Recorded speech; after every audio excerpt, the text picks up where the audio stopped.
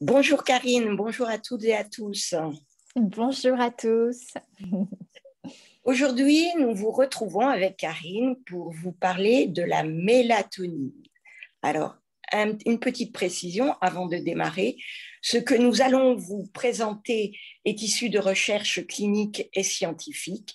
Nous ne faisons pas de médecine. Nous vous transmettons des informations qui vous permettront de mieux comprendre le fonctionnement de votre corps. Alors, Karine, qu'est-ce que la mélatonine et à quoi sert-elle? Alors, la mélatonine, c'est une hormone, en fait. Elle agit comme une hormone. On l'appelle l'hormone du sommeil depuis donc, les années 90, puisqu'en fait, il y a des études qui ont permis effectivement de montrer qu'elle contribuait vraiment à atténuer tous les effets de décalage horaire et à réduire le temps nécessaire à l'endormissement. Mais bon, des récentes études dont tu m'as partagé aussi, Marie-Pierre, et que j'ai beaucoup aimé, ont démontré que la mélatonine a de nombreux autres bienfaits et donc elle détiendrait le plus fort potentiel anti-vieillissement et une puissante action immunomodulatrice et antivirale. Et effectivement, tu voulais l'aborder et qu'on l'aborde ensemble, c'est parce qu'effectivement, en cette période où nous sommes en train de gérer cette crise sanitaire, eh bien, ça devient vraiment évident que c'est une substance que nous allons pouvoir reconnaître pour cette fonction d'augmenter notre système immunitaire. Donc, elle est présentée comme l'une des substances les plus polyvalentes et les plus puissantes de l'organisme et on la retrouve partout, chez l'humain bien sûr, mais aussi dans tout le règne animal et végétal. Chez l'humain, cette hormone est sécrétée dans le cerveau par la glande pinéale, qu'on appelle aussi l'épiphyse, sous l'impulsion d'un signal qui est envoyé par notre hypothalamus et qui lui-même réagit à des signaux envoyés par le nerf optique en fonction de la luminosité captée par la rétine. Et ça, c'est vraiment quelque chose de très important puisque je dirais, l'obscurité est une condition essentielle pour la production de notre propre mélatonine. Donc, c'est à la tombée du jour, quand la luminosité baisse, que le processus s'enclenche. Donc, le pic de production est atteint entre 2 et 4 heures du matin, que vous dormiez d'ailleurs ou que ne vous dormiez pas, mais malgré tout, quand même, il faut de l'obscurité pour produire cette hormone. Donc, c'est aussi une des raisons pour lesquelles on parle de l'hormone principalement du sommeil, parce qu'en fait, sa fonction se met en place quand on est dans l'obscurité et bien évidemment aussi pendant la nuit lorsque nous dormons.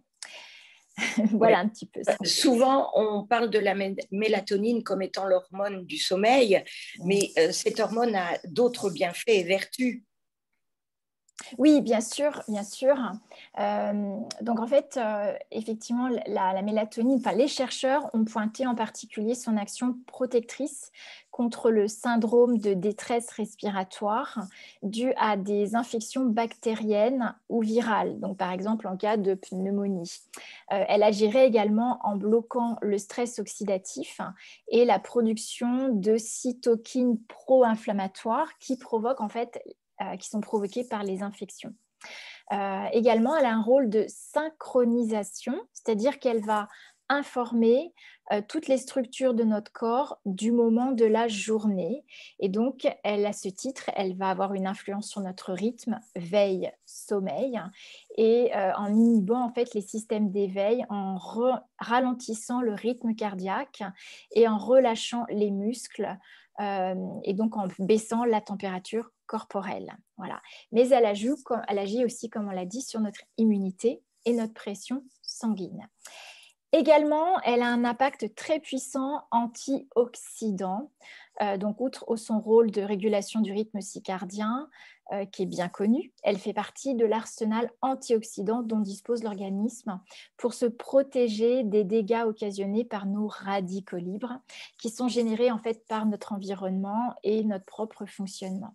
Donc, on retrouve ces récepteurs un peu partout, le cerveau, les poumons, les muscles, les os, les reins, système reproducteur.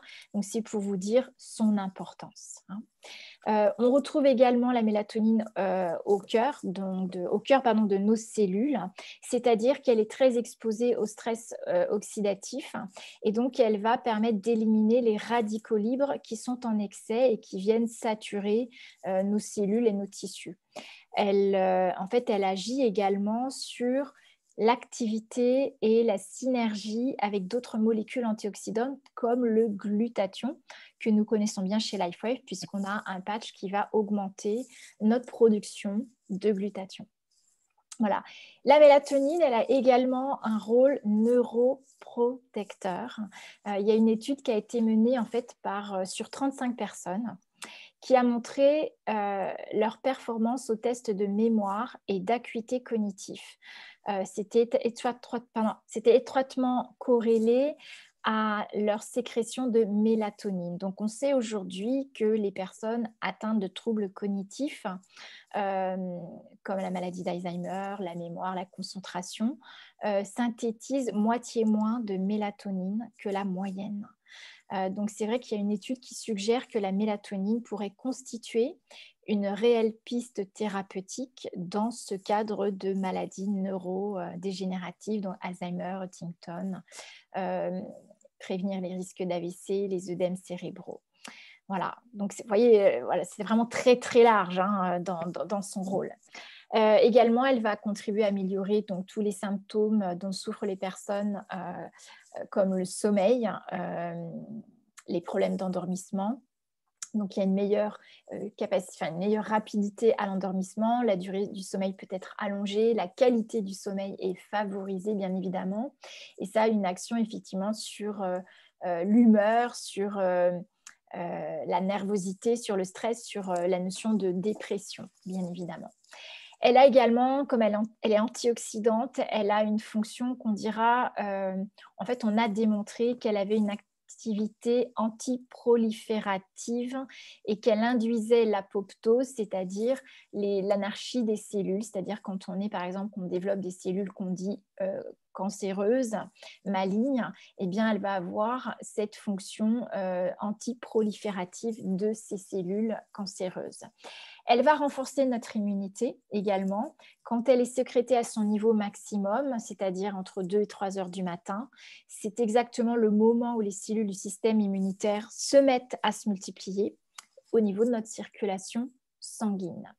Alors, évidemment, avec l'âge, comme toutes les constantes sanguines, eh bien, nous avons tendance à développer moins de mélatonine. Donc, plus nous avançons avec l'âge et plus la sécrétion naturelle de mélatonine est ralentie. On dit entre 70 et 90 ans, on en détecte moitié moins que chez les personnes de 15-20 ans. Hein. Donc, le taux peut, même chez certaines personnes âgées, être indétectable. Donc, c'est d'où l'intérêt, effectivement, de regarder dans les différents symptômes ou troubles que nous avons si justement la mélatonine pourrait aider et soutenir tous les rôles qu'on a dit sur notre immunité, le vieillissement, etc. Et comment peut-on se rendre compte que l'on manque de mélatonine ?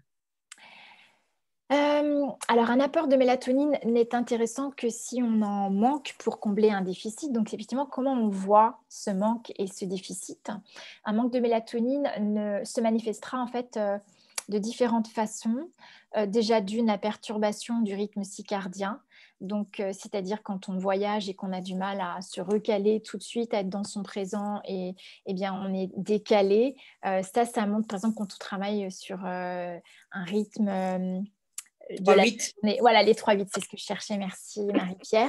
Quand on fait les 3-8 et qu'on change sans cesse notre temps de sommeil, notre temps d'action, on peut avoir des difficultés, des perturbations de rythme et qu'on a de moins en moins d'aptitude à réguler ces perturbations. Donc ça, c'est un symptôme du manque de mélatonine. Les difficultés d'endormissement, le réveil nocturne, les troubles anxiété, la fatigue au réveil, la mauvaise humeur et même les troubles hormonaux puisque c'est la nuit qu'on produit la plupart de nos hormones. Donc la mélatonine va avoir un rôle vraiment important dans tous ces troubles-là et également par le biais d'une analyse de sang ou d'urine. D'accord.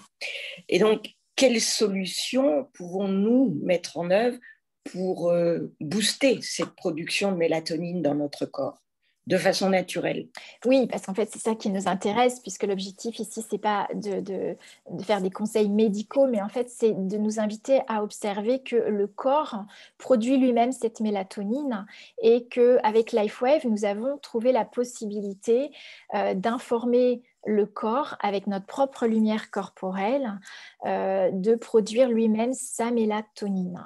Donc, en fait, nous allons, vous proposer comme solution naturelle, eh bien, je dirais, utiliser les patchs pour pouvoir activer avec la lumière du corps votre propre production de mélatonine.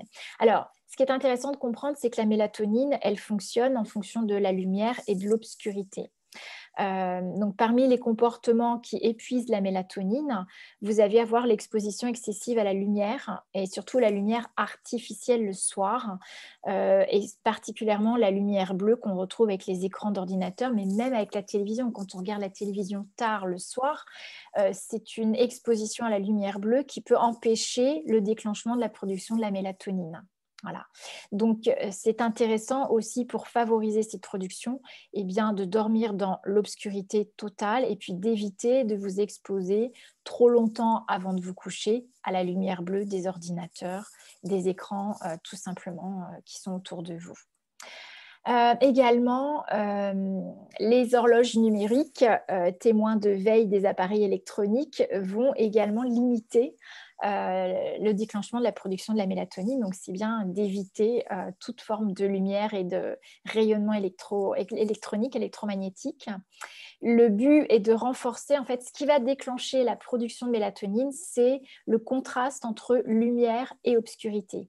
Et donc, pour une sécrétion optimale, on peut s'exposer à la lumière naturelle le matin en se levant directement, on sort de l'obscurité et on s'expose à la lumière du matin, au lever du soleil par exemple. C'est ce qui va aussi déclencher notre mélatonine.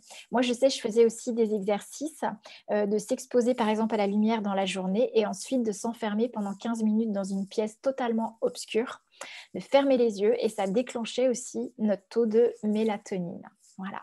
D'accord. Alors avec LifeWave, comment peut-on retrouver naturellement un sommeil réparateur? Alors, avec LifeWave, eh bien, vous allez pouvoir amener, vous avez donc un patch qui s'appelle le Silent Night, sans médicaments, sans produits chimiques. Vous allez pouvoir, et sur test clinique, ça a été prouvé, améliorer la qualité et la durée du sommeil sans sensation de somnolence au réveil. Et pour ça, donc, nous allons utiliser le patch Silent Night qui va vous permettre d'apporter une fréquence vibratoire qui émet au corps l'information qu'il peut produire sa mélatonine. Donc, bien évidemment, on va utiliser le patch à peu près 1 heure avant de se coucher pour que la chaleur du corps puisse réfléchir le prisme du patch et que le corps prenne l'information de déclencher la mélatonine. Et pourquoi est-ce si important d'avoir un bon sommeil? C'est tellement important, merci Marie-Pierre de le préciser, parce qu'en fait, le manque de sommeil est associé à de nombreux problèmes de santé et donc à différentes fonctions du corps. Et déjà, rien que la fatigue dans la journée, c'est l'expression d'un mauvais sommeil. Si on ne se régénère pas pendant la nuit, on va aussi avoir une perte de masse musculaire, on va avoir un ralentissement du métabolisme, l'augmentation de la graisse abdominale, un relâchement de la peau, donc bien évidemment un vieillissement précoce. Et puis, on va ralentir toutes les capacités au corps à produire, à sécréter les hormones essentielles qu'il sécrète la nuit. Donc, c'est vraiment essentiel de s'accompagner. Je dirais que pour optimiser notre santé, moi, je propose 2 choses.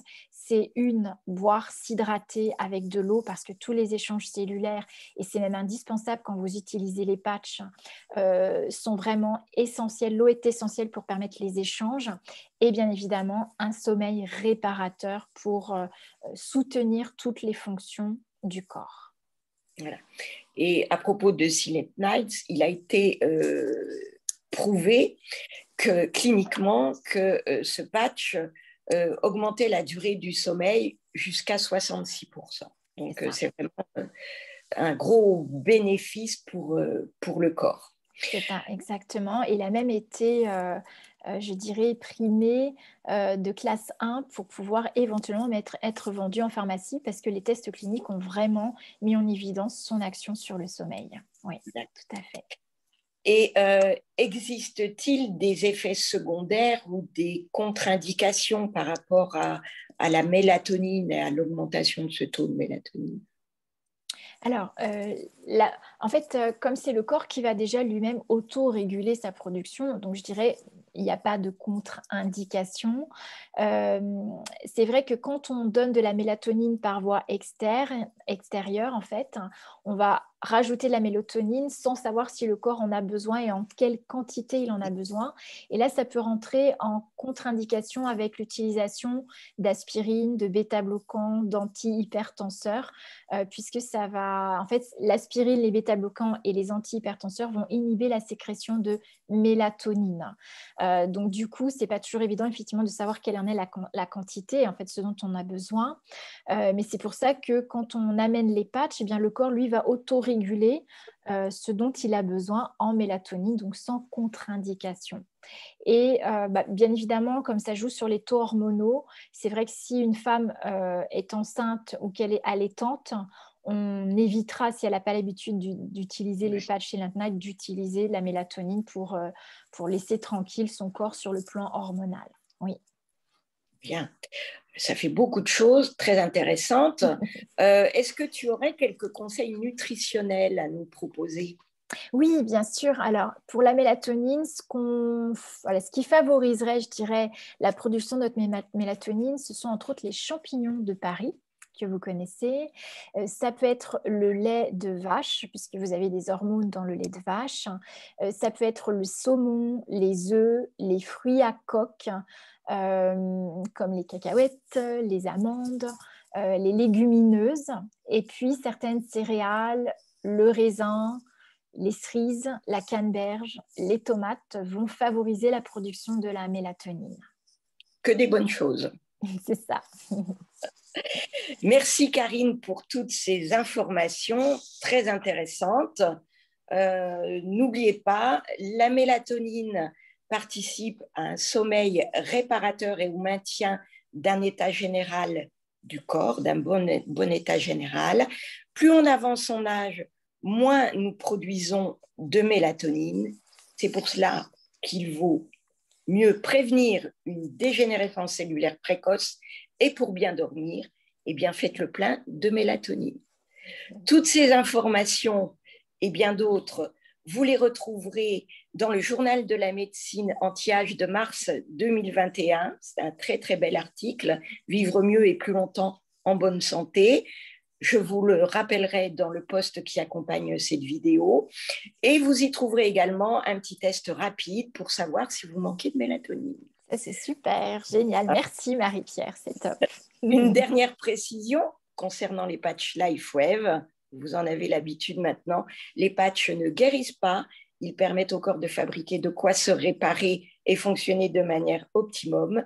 Cette vidéo ne remplace pas un avis médical et en cas de problème, consultez votre médecin. Oui, merci. Merci.